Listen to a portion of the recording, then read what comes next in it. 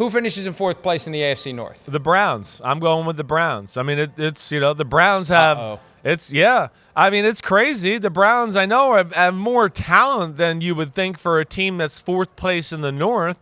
But, again, I think when you start to kind of dissect things in the AFC and go through this whole exercise and pick teams, and especially in this division, which is loaded, this is the team I come away with going, I have the most questions about.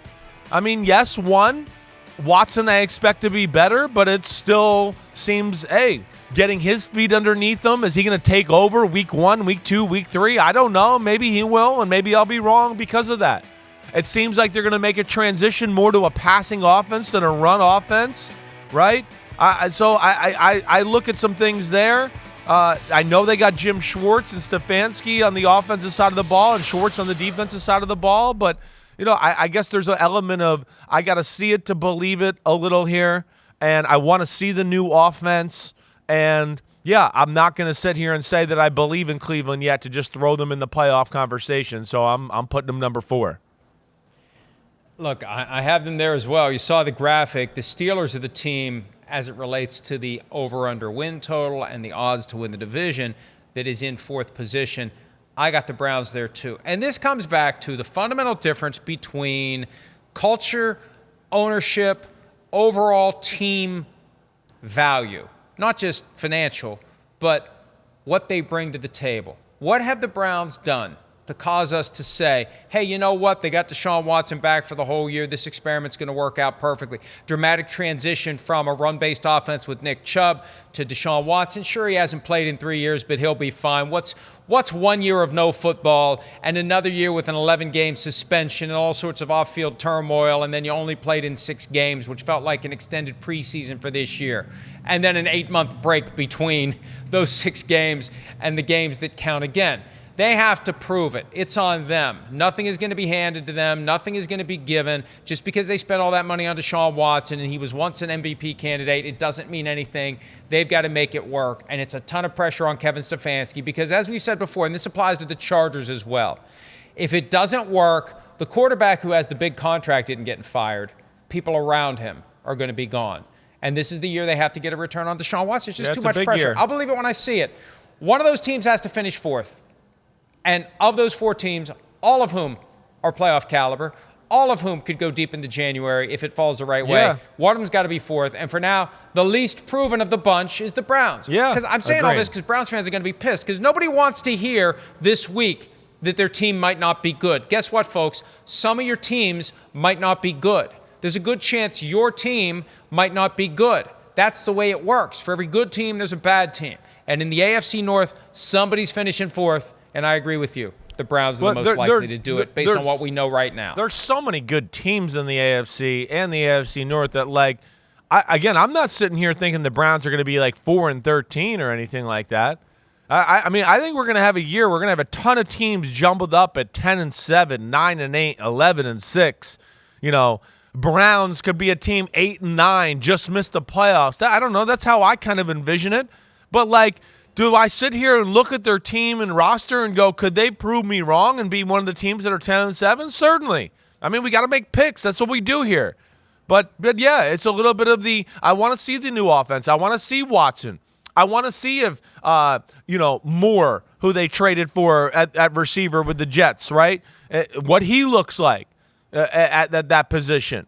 I want to see Dalvin Tomlinson. I want to see can Zadarius Thomas stay healthy on the edge and be a dominant force there. Smith, excuse me. So there's a lot of things there that, yes, I think you and I probably both see some positives, but it's not like you're just going to stake and put your name to it and go, oh yeah, they're going to win the division, especially over some of these other teams that we're talking about with the quarterbacks and cultures they have, which you're bringing up. So yeah, that's where I kind of stand with the Browns. Let alone, let's not forget this. Their damn schedule out of the teams in the AFC North, I think is the hardest. When you look at their schedule and you look at their first 8 weeks, it's Bengals, Steelers, and Titans and Ravens.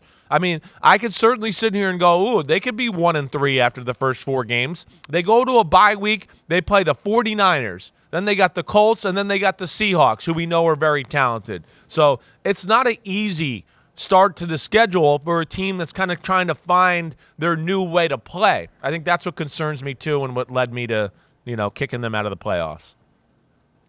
And you said something that I just want to – I want to just delve into a little bit. I know we got to get to the third-place teams.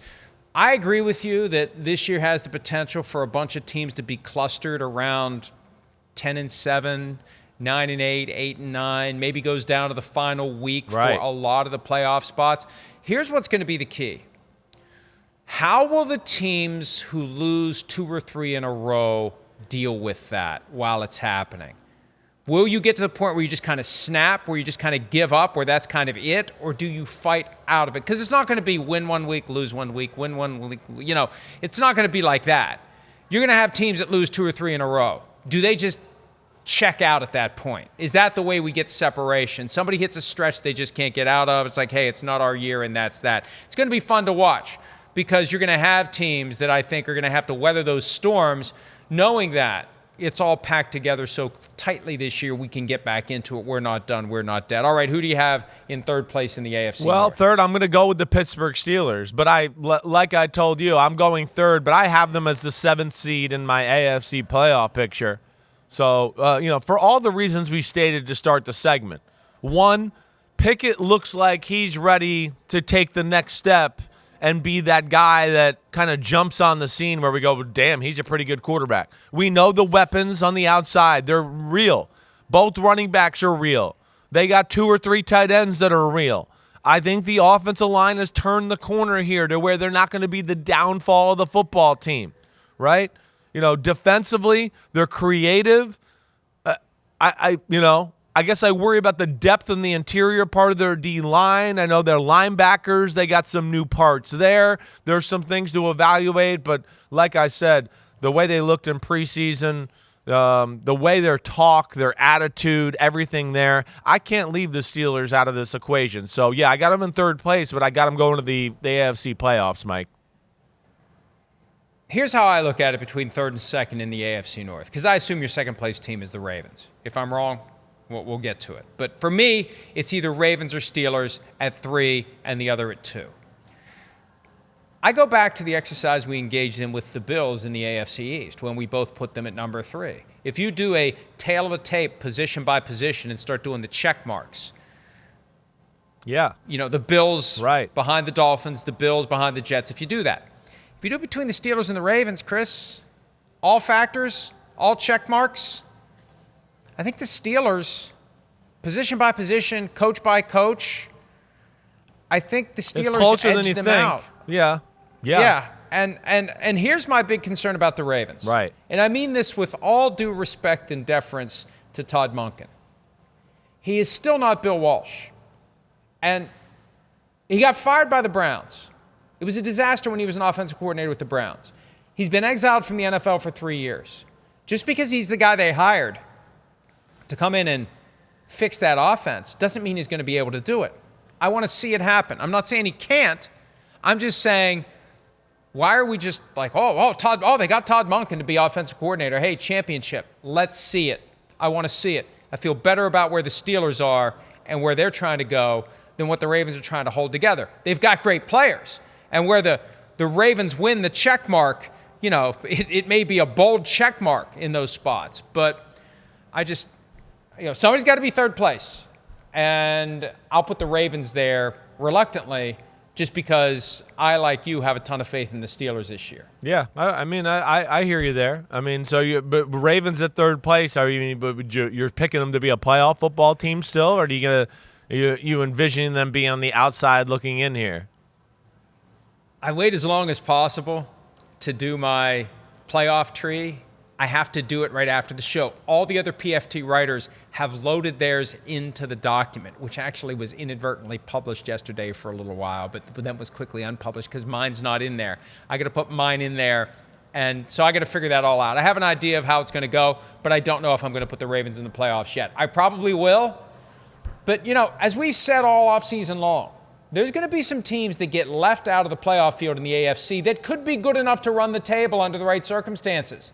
There are going to be some good teams left behind, especially that second-place team in the AFC East. If they don't get in, They could be good enough to get to the Super Bowl, but they may not get in because of their schedule and because you could have two teams out of the North take wild card berths and take one away from whoever doesn't win it between the Dolphins, Jets, and Bills in the AFC East. That'll be something. If the second-place team in the AFC East doesn't get in, and they'd be good enough to go out there and win in the postseason. No, I know. I think there's a real possibility of that. You know, there's going to be some teams that are going to have some superstar quarterbacks and tons of talent where we're going to go, damn, they didn't get in the playoffs. And that's what's awesome about this year in the AFC.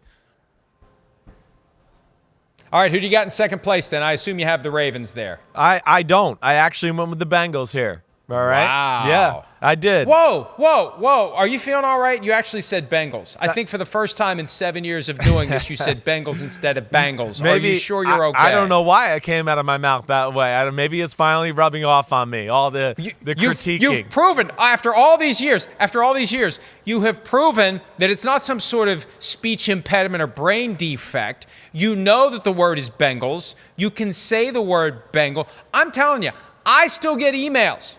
Get him to stop saying Bengals. And I tell him, I gave up 5 years ago. So I think I just piggybacked off of I heard you say it, and then I just kind of resaid what you said. So I think if you got me going and got me talking about it, right, you'll start to hear the Bengals back in there again. Okay. But you just try to rewire your brain at the age of 43. I know it's hard to change your habits at that age, but just try, because it is Bengals, not Bengals. So you have the Bengals, not Bengals, at second place. Why? I do. Well, again, awesome football team. We know that. I'm playing the Ravens are going to be that team a little bit. I am. I'm going to play that the new offense gives them an edge. The Lamar Jackson contract situation and all that gives them an edge.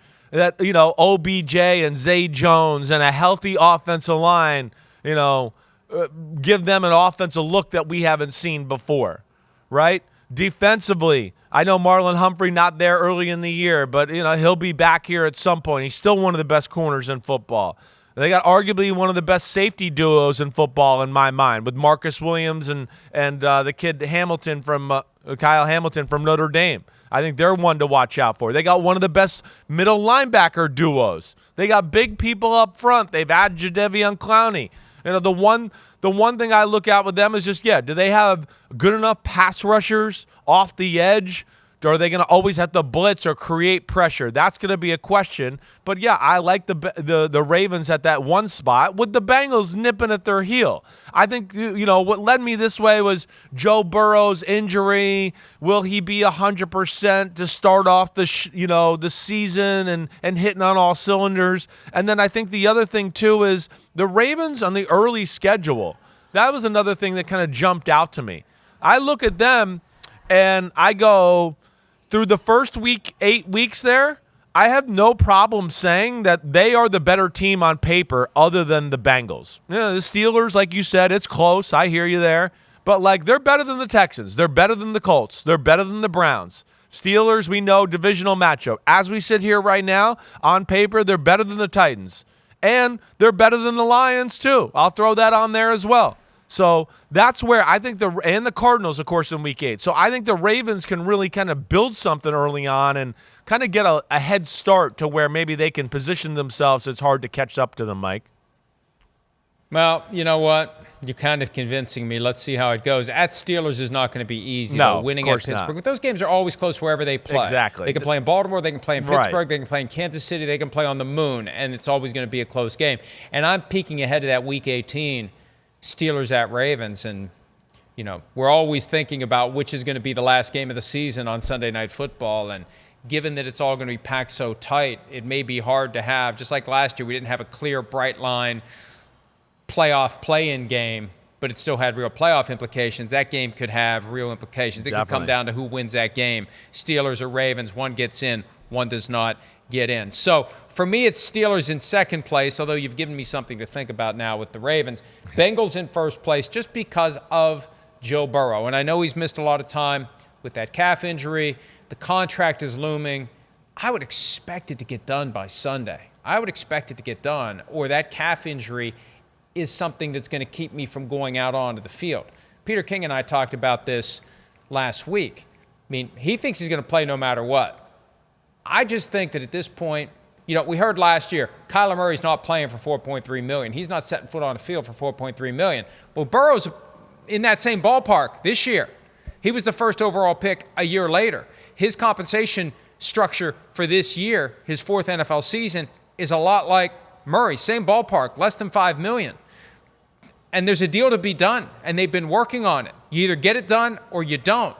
And that's going to be the challenge for Joe Burrow. Do I go play with a calf that may be a little iffy if I don't have that contract? And the flip side of it is, you know what? They're still going to pay him, even if his calf blows out during the week 1 game. They're still paying him. What's their alternative? He plays out his contract and he goes somewhere else. They don't want that. He's going to be healthy at some point, even if he's not healthy this year. Yeah. So it's going to be interesting to see how that hovers over this. Right. But without all that said, Burrow has proven that he's one of the best in the NFL. And it's easy to forget how close they were to getting back to the Super Bowl. I really felt like for a big stretch at the fourth quarter of the AFC Championship, they were going to win the game. That team is still there. Burrow's there. Chase is there. Higgins is there. And I feel like they're ready to just keep doing what they've been doing the past few years. Yeah, listen, I don't doubt that either. And again, this division's so damn good, right? I don't think it's going to be like huge separation. I'm picking the Ravens to win and beat the Bengals by a game. It's something like that. It doesn't matter. As long as they get in the dance at the end of the year with that guy at quarterback, they got a chance. We know that. And, yeah, Joe B's going to play ball this weekend, no matter whether he's got the contract or not. He doesn't know any other way. And I think to your point, too, he's getting paid no matter what. We saw Dak Prescott's, right foot pointing in the opposite direction, and he still got paid that offseason. So you're right. I think a calf muscle is not going to affect contract negotiations. Hi, it's Mike Florio. Thanks for watching PFT on YouTube. Hit subscribe for the latest news and analysis from Pro Football Talk.